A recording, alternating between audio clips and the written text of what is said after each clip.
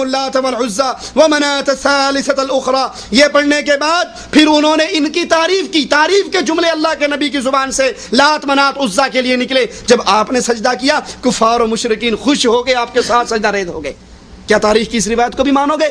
تاریخ میں تو یہ بھی ہے کہ رسول اللہ صلی اللہ علیہ وسلم حضرت زید کے گھر میں گئے اور زید کی بیوی نعوذ باللہ ثم نعوذ باللہ نعوذ باللہ ثم نعوذ باللہ، نقل کفر نباشد، صرف تاریخ کا منہ دکھانے کے لیے اس ظلم کو نقل کر رہا ہوں کہ زید کی بیوی مختصر ترین لباس میں آپ کے سامنے آ گئی، بہت مختصر لباس، ابھی وہ پردہ نہیں کر سکی تھی، آپ داخل ہوئے اور آپ کے سامنے آ گئی اور آپ اس کو دیکھ کر واپس آ گئے۔ حضرت زید آپ کے پاس آئے اور آ کر کہنے لگے یا رسول اللہ صلی اللہ علیہ وسلم آپ میرے گھر میں آئے، مجھے پتہ لگا، میری بیوی نے بتایا اور میری بیوی مختصر لباس میں آپ کے سامنے آ گئی، ہو سکتا ہے وہ آپ کو اچھی لگی ہو، آپ کو بھا گئی ہو، میں اس کو طلاق دیتا ہوں، آپ اس سے نکاح کر لیجئے۔ اس ظلم کو بھی تسلیم کرو گے؟ یہ بھی تاریخ میں ہے۔ آپ کو یہ غم ہے تاریخ برباد ہو رہی؟ تاریخ نے تو آپ کے نبی صلی اللہ علیہ وسلم پر اتنا بڑا بہتان باندھ دیا۔ صرف تاریخ نے نہیں باندھا، علی حجویری کی کتاب کشف المحجوب اس کے اندر بھی یہی قصہ موجود ہے کہ حضرت رسول صلی اللہ علیہ وسلم زید کے گھر گئے اور ان کی نظر زید کی جوروں پر پڑ گئی، جو آپ کو بھائی آپ حالت سکر میں تھے وہ زید کے لیے حرام ہوگی، آپ کے لیے حلال ہوگی۔ اس بکواس کو بھی تسلیم کرو گے؟ تو جو سید مودودی صاحب نے معیار مقرر کیا علی کے لیے، وہی معیار عثمان اور معاویہ کے لیے کیوں نہیں کیا؟ کیا یہ شیعوں کو راضی کرنے کے لیے خلافت و ملوکیت تو نہیں لکھی کہ جو بکواس شیعہ کرتے ہیں صحابہ کے خلاف وہی ساری اٹھا کر ایک کتاب کے اندر پیش کر دی؟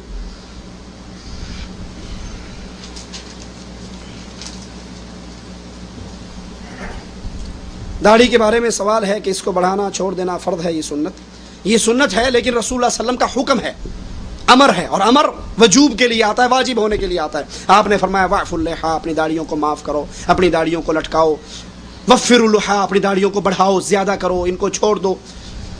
اور اس پر بھی مودودی صاحب نے رسائل و مسائل ہمارے پاس پڑھی ہے، بڑی عجیب عجیب باتیں لکھی ہیں کہ داڑھی بڑھانا اور لمبی لمبی داڑھیاں رکھنا اور اس پر زور دینا، یہ نہ صرف یہ کہ عادت رسول کو سنت رسول بنانا ہے، بلکہ اسلام میں بہت بڑی تحریف اور بدعت ہے۔ نعوذ باللہ ثم نعوذ باللہ۔ سید مودودی صاحب کیا منکرین حدیث میں تھے یا منکرین حدیث کے لیے دروازے کھولنے والے تھے؟ منکرین حدیث میں سے نہیں تھے، انہوں نے منکرین حدیث کا رد لکھا، لیکن ساتھ ساتھ منکرین حدیث کے لیے وہ چور دروازے کھولے کہ منکرین حدیث نے بھرپور طریقے سے امت کے مسلمانوں پر حملہ کیا۔ اور کئی جگہ پہ وہ لکھتے ہیں کہ یہ جو حدیث کا مجموعہ ہم تک پہنچا ہے یہ کیا ہے؟ زیادہ سے زیادہ انسانوں سے انسانوں تک پہنچنے والا ایک علم ہی ہے نا۔ یہ رسائل و مسائل حصہ اول ہمارے پاس ہے، اور کہتے ہیں جو سند جس سے حدیث پہچانی جاتی ہے کوئی واحد ذریعہ نہیں ہے حدیث کو پہچاننے کا، اور بڑے ذریعے ہیں۔ کچھ حدیثوں کو محدثین ضعیف کہہ دیتے ہیں لیکن اصل میں وہ صحیح ہوتی ہیں، کچھ حدیثوں کو محدثین صحیح کہہ دیتے ہیں، اصل میں وہ ضعیف ہوتی ہیں۔ اگر یہ دروازہ کھولو گے تو قرآن بھی نہیں بچے گا۔ قرآن کو کس نے لکھا؟ اگر حدیث اس لیے کنڈم کر دیتے ہو کہ انسانوں سے انسانوں تک پہنچنے والے مجموعے کا نام ہے، تو قرآن کو کس نے لکھا؟ انسانوں نے حفظ کیا، انسانوں نے لکھا۔ پھر شیعوں کی بات مان لیجئے کہ انہوں نے کہا اصل قرآن کی 17,000 آیات ہیں اور ابو بکر عمر عثمان نے مل کر 2/3 قرآن نکال دیا۔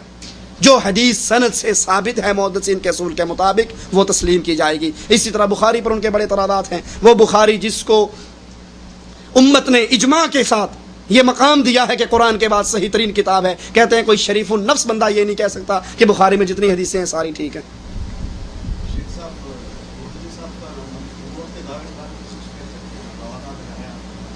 روادات میں بتا رہے ہیں نبوت کا دعویٰ کیا ہے، میرے علم میں نہیں،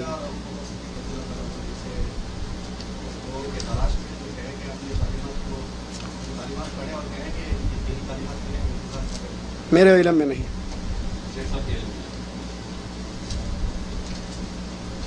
کیا جماعت اسلامی کے علاوہ تمام دوسری جماعتیں غیر اسلامی ہیں؟ بھائی کوئی بھی جماعت ہو، نام سے کچھ نہیں ہوتا، یہ نام تو آپ رکھ لو، میں رکھ لوں، کوئی بھی رکھ لیں، جو جماعت توحید پر کاربند ہے، موٹا سا اصول یاد کر لیں۔ پہلی بات لا الہ الا اللہ کو خود سمجھتی ہے، اس کے کارکن لا الہ الا اللہ کو سمجھتے ہیں، نمبر 1۔ پھر اس لا الہ الا اللہ کی بنیاد پر اتفاق اور اتحاد اور اختلاف پیدا کرتے ہیں۔ ان کا اتحاد و اتفاق اس توحید کی بنیاد پر ہوتا ہے اور اس کی وہ دعوت دیتے ہیں، نہ وہ چندے کے لیے مشرکوں کو ساتھ لگاتے ہیں، نہ ووٹ کے لیے مشرکوں کو ساتھ ملاتے ہیں، نہ قربانی کی کھالوں کے لیے مشرکوں کو ساتھ ملاتے ہیں، نہ الیکشن میں سیٹوں کے لیے کبھی پیپل پارٹی سے، کبھی ایم آر ڈی سے، اور کبھی نون لیگ سے، اور کبھی قاف لیگ سے، کسی سے وہ اتحاد نہیں کرتے. وہ کہتے ہیں قولوا لا الہ الا اللہ. اس توحید کو مانو گے تو کام چلے گا. جو یہ عقیدے رکھتی ہے وہ اسلامی ہے، اور جو یہ عقیدے نہیں رکھتی وہ شیعوں کو بھی بھائی کہتی ہے، بریلویوں کو بھی بھائی کہتی ہے. وہ 1000 دفعہ نام جماعت اسلامی کا لیبل لگا لے، اس کے اندر اسلام نہیں ہے. اقامت دین کے لیے جماعت اسلامی میں رہ کر ہی کام کرنا ہے؟ بالکل نہیں. جب ان کی یہ باتیں اور یہ عقیدے دو ٹوک واضح ہو گئے کہ وہ شیعوں کو ان کے عقیدے اور مسلک پر باقی رکھتے ہوئے، یہ لفظ قابل غور ہے کہ شیعہ اپنے مسلک اور عقیدے پر باقی رہے اور پھر جماعت اسلامی میں آ جائے، یہ لا الہ الا اللہ کے تقاضے کے خلاف ہے. اہل توحید ایسی جماعت میں کبھی اکٹھے نہیں ہو سکتے جہاں پر اہل شرک اور اہل کفر بھی موجود ہوں. اہل توحید تو جہاں بھی ہوں گے صرف ان لوگوں کے ساتھ اکٹھے ہوں گے جو خالص لا الہ الا اللہ کے اقرار کریں گے، اور اس لا الہ الا اللہ کی بنیاد پر محبت اور دشمنی کریں گے، وہ دشمنی باپ سے ہو یا قوم اور قبیلے سے.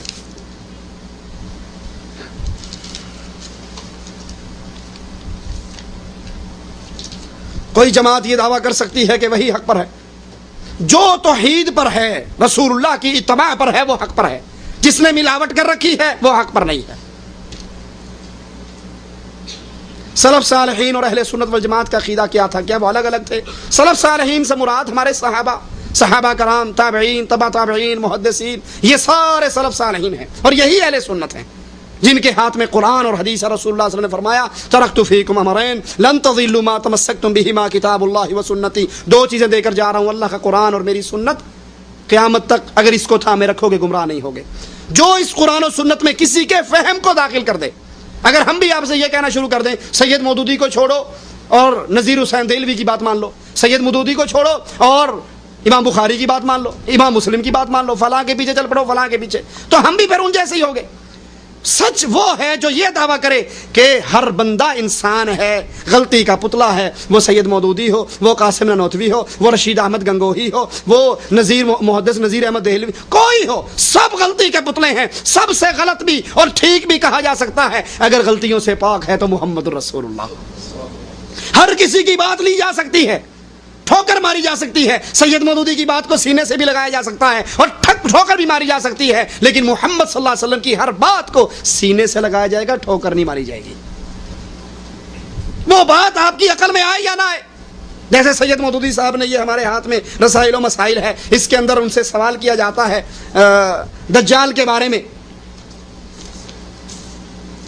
صفحہ اس کا 35 ہے، اور 35 صفحے پہ ان سے سوال کیا جاتا ہے کہ ایک شخص سوال کرتا ہے اور 3-4 سوالات لکھ کر بھیجتا ہے. 4 سوال ہیں، ان میں چوتھا سوال یہ ہے کانا دجال کے متعلق مشہور ہے کہ وہ کہیں قید ہے، تو آخر وہ کون سی جگہ ہے؟ آج تو دنیا کا کونا کونا انسان نے چھان مارا ہے، پھر کیوں کانے دجال کا پتہ نہیں چلتا؟ رسائل و مسائل حصہ اول صفحہ 35 اس کا جواب دیتے ہیں. یہ کانا دجال وغیرہ صفحہ 37 پر جواب ہے. ترجمان القرآن رمضان شوال 64 ہجری ستمبر اکتوبر 1945 کے حوالے سے.